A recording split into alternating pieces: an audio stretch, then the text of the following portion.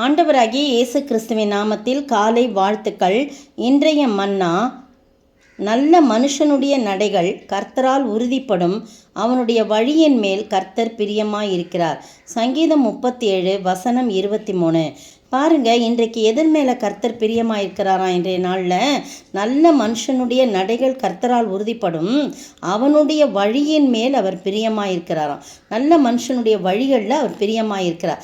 அவன் விழுந்தாலும், அடுத்த வசனம் சொல்லுது, அவன் விழுந்தாலும் தள்ளுண்டு போவதில்லை, கர்த்தர் தமது கையினால் அவனை தாங்குகிறார் என்று சொல்லப்பட்டிருக்குது. எவ்வளவு அருமையான வசனம் பாருங்கள். நல்ல மனுஷன் கீழே விழுந்தாலும் தள்ளுண்டு போவதில்லை, அவனுக்கு எந்த பிரச்சனையும் இல்லை. அந்த நேரத்தில் விழுவான், அப்புறம் என்ன பண்ணுவான்? ஏன்சி நிற்க வச்சுருவார் ஆண்டவர். கர்த்தர் தமது கையினால் அவனை தாங்குவார் என்று சொல்லப்பட்டிருக்குது. எத்தனை ஆச்சரியமான காரியம் பாருங்கள். அப்போ ஒரு மனுஷன் நல்ல வழியிலே நடந்தால் அந்த வழியிலே கர்த்தர் பிரியப்படுறார். பாருங்கள், அதே அதிகாரத்தில் நீதிமொழிகளை 31 வசனம், அவனுடைய தேவன் அருளிய வேதம் அவன் இருதயத்தில் இருக்கிறது, அவன் நடைகளில் ஒன்றும் பிசகுவதில்லை. பார்த்தீங்களா? அப்போ கர்த்தருடைய வேதம் அவனுடைய இருதயத்தில் இருந்தால், கர்த்தருடைய வார்த்தை அவனுடைய இருதயத்தில் இருந்தால் அவன் நல்ல மனுஷனாக இருப்பான், அவனுடைய நடைகள் ஒன்றும் பிசகுவதில்லை என்று சொல்லி அதே இதில் சொல்லப்பட்டிருக்கு. நீதிமொழிகள் 20:24 பாருங்கள். 20:24 கர்த்தராலே மனுஷருடைய நடைகள் வாய்க்கும், ஆகையால் மனுஷன் தன் வழியை அறிந்து கொள்வது எப்படி என்று சொல்லப்பட்டிருக்கு. பாருங்கள், மனுஷனுடைய கர்த்தரால் தான் மனுஷனுடைய நடைகள் வாய்க்கும், கர்த்தரால் தான் மனுஷனுடைய நடைகள் உறுதிப்படும் அப்படின்னு சொல்லப்பட்டிருக்கு. நல்ல மனுஷனுடைய எல்லாருடைய நடைகளும் உறுதிப்படுறதில்ல, எல்லாரும் தள்ளாடுகின்றவர்கள் இருக்கிறாங்க.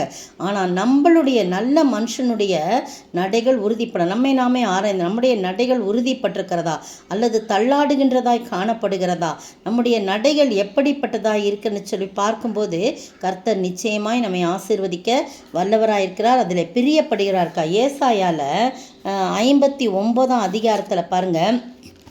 59 அதிகாரத்தில் வாசிக்கிறேன்.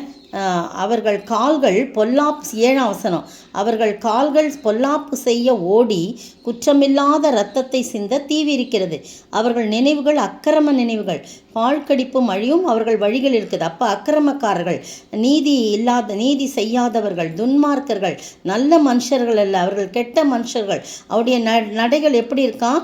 பொல்லாப்பு செய்ய ஓடுதான், குற்றமில்லாத இரத்தத்தை சிந்த தீவி இருக்கிறதாம், அவருடைய நினைவுகள் அக்கிரம நினைவுகள் அப்படின்னு சொல்லி போட்டு அவர்கள் வழிகளில் பாழ்கடிப்பும் அழிவும் அவர்கள் வழிகளிலே இருக்குது. அப்போ நல்ல மனுஷனுடைய வழிகள் அது கிடையாது, பாழ்கடிப்பும் அழிவும் இருக்குது. அடுத்தது பாருங்கள், 8 வசனம், சமாதான வழியையே தெரியாது அறியார்கள், அவர்கள் நடைகளிலே நியாயமில்லை, தங்கள் பாதைகளை தாங்களே கோணலாக்கி கொண்டார்கள், அவைகளில் நடக்கிற ஒருவனும் சமாதானத்தை அறியான். அப்படியே ஜஸ்ட் ஆப்போசிட்டாக இருக்கு இல்லையா? நல்ல மனுஷனுடைய நடைகள் கர்த்தரால் உறுதிப்படும், அவனுடைய வழியின் மேல் கர்த்தர் பிரியமாயிருக்கிறார். தேவன் அருளிய வேதம் அவன் இருதயத்தில் இருக்கனால அவனுடைய வழிகள் ஒன்றாகிலும் பிசகுவதில்லை என்று சொல்லி போடப்பட்டிருக்கிறது. பார்த்தீங்களா? எவ்வளவு நல்ல ஆண்டவர் நமக்கு வார்த்தைகளை கொடுக்கிறார். ஒவ்வொரு நாளும் எது பிரியம் என்று சொல்லி நம்மோடு கூட பேசுகிறார். இன்றைக்கு ஆண்டவர் ஒரு நல்ல மனுஷன் மேல் பிரியம் வைக்கிறார் என்ற காரியம் பார்க்கணும். நீதிமான் தன் உத்தமத்தில் நடக்கிறானோ அவனுக்கு பிறகு அவன் பிள்ளைகளும் பாக்கியவான்களா. இப்போ நல்ல மனிதன்னா நீதிமான், செம்மையானவன், அப்படிதான் பொருள். ஒரு ஆராய்ச்சியாளர் பல ஆண்டுகளுக்கு முன் வாழ்ந்த ஒரு பக்தனின் சந்ததியும், துன்மார்க்கமாய் வாழ்ந்த பணம் சேர்த்த ஒரு கோடீஸ்வரனின் சந்ததியும் பிள்ளைகளையும் தலைமுறையாய் ஆராய்ந்து பார்க்கிறார். பக்திமானின் ஆண்டவருடைய பிள்ளையாகிய நல்ல மனிதனுடைய அந்த சந்ததியில் எல்லாம் டாக்டர்களும் கல்விமான்களும் இன்ஜினியர்களும் ஆசீர்வதிக்கப்பட்டு மகிழ்ச்சியாக இருந்தார்களாம். ஆனால் அந்த துன்மார்க்கமான கோடீஸ்வரனின் சந்ததியெல்லாம் ஜெயில் புள்ளிகளாகவும் பைத்தியங்களாகவும் அங்கவீனர்களாகவும் தத்தளித்து கொண்டிருக்கிறாங்க. எனவே பிரியமானவர்களே, நீங்களும் நானும் நம்முடைய பிள்ளைகளுக்கு ஆசீர்வாதத்தை தேடித்தர வேண்டும், நல்ல நடைகளை காத்துக்கொள்ள வேண்டும். நம்முடைய நடைகள் துன்மார்க்கமாக இருக்கக்கூடாது. நீதிமொழிகளில் சொல்லதுபடி நம்மளுடைய நடைகள் ரொம்ப ஜாக்கிரதையாக காணப்படணும்.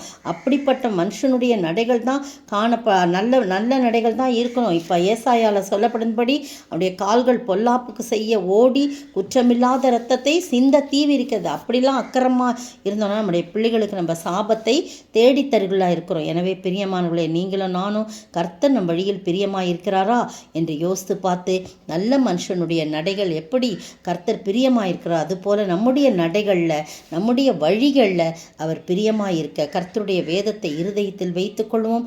அப்பொழுது நம்முடைய நடைகள் ஒன்றாகிலும் பிசகுவதில்லை, நாம் கீழே விழுந்தாலும் தள்ளுண்டு போவதில்லை, கையினால் தம்முடைய கையினால் அவை தாங்குகிறார்கள். அப்படிப்பட்ட ஆசீர்வாதத்தை பெற்று வாழ ஆண்டவர் தாமே கிருபை செய்வாராக. ஆமென். நல்ல மனுஷனுடைய வழிகளிலேதான் ஆண்டவர் பிரியம் கொண்டாரே, அவனுடைய நடைகளையே கர்த்தர் உறுதிப்படுத்தினாரே. அவன் விழுந்தாலும் ஒன்றுமாகாதே, கர்த்தர் தமது கையினால் தாங்கிடுவாரே. அவன் விழுந்தாலும் ஒன்றுமாகாதே, கர்த்தர் தமது கையினால் தாங்கிடுவாரே. நல்ல மனுஷனுடைய வழிகளிலேதான் ஆண்டவர் பிரியம் கொண்டாரே. ஸ்தோத்தரிக்கிற ஆண்டவரே, துதிக்கிற ராஜா, நல்ல மனுஷனுடைய நடைகளிலே நீ நடைகளை உறுதிப்படுத்தி அவனுடைய வழிகளை நீ பிரியம் கொள்கிறேன். அப்படிப்பட்ட நடைகள் நல்ல உமக்கு பிரியமான வழிகளிலே நடைகளை நடக்க நீர் உதவி செய்ய வேண்டும் என்ற கர்த்தரும் மீட்பரும் ராஜாவுமாக இயேசு கிறிஸ்துவின் விலையேறப்பட்ட நாமத்தில் ஜெபிக்கிறேன் பிதாவே, ஆமென். நேற்றைய பதில் அவர் வந்து பாவத்தை குறித்தும் நீதியை குறித்தும் நியாய தீர்ப்பை குறித்தும் உலகத்தை கண்டித்து உணர்த்துவார். யோவான் 16:8. இன்றைய கேள்வி: ஸ்திரீயானவள் எப்பொழுது துக்கமடைகிறாள், எப்போது சந்தோஷமடைகிறாள்?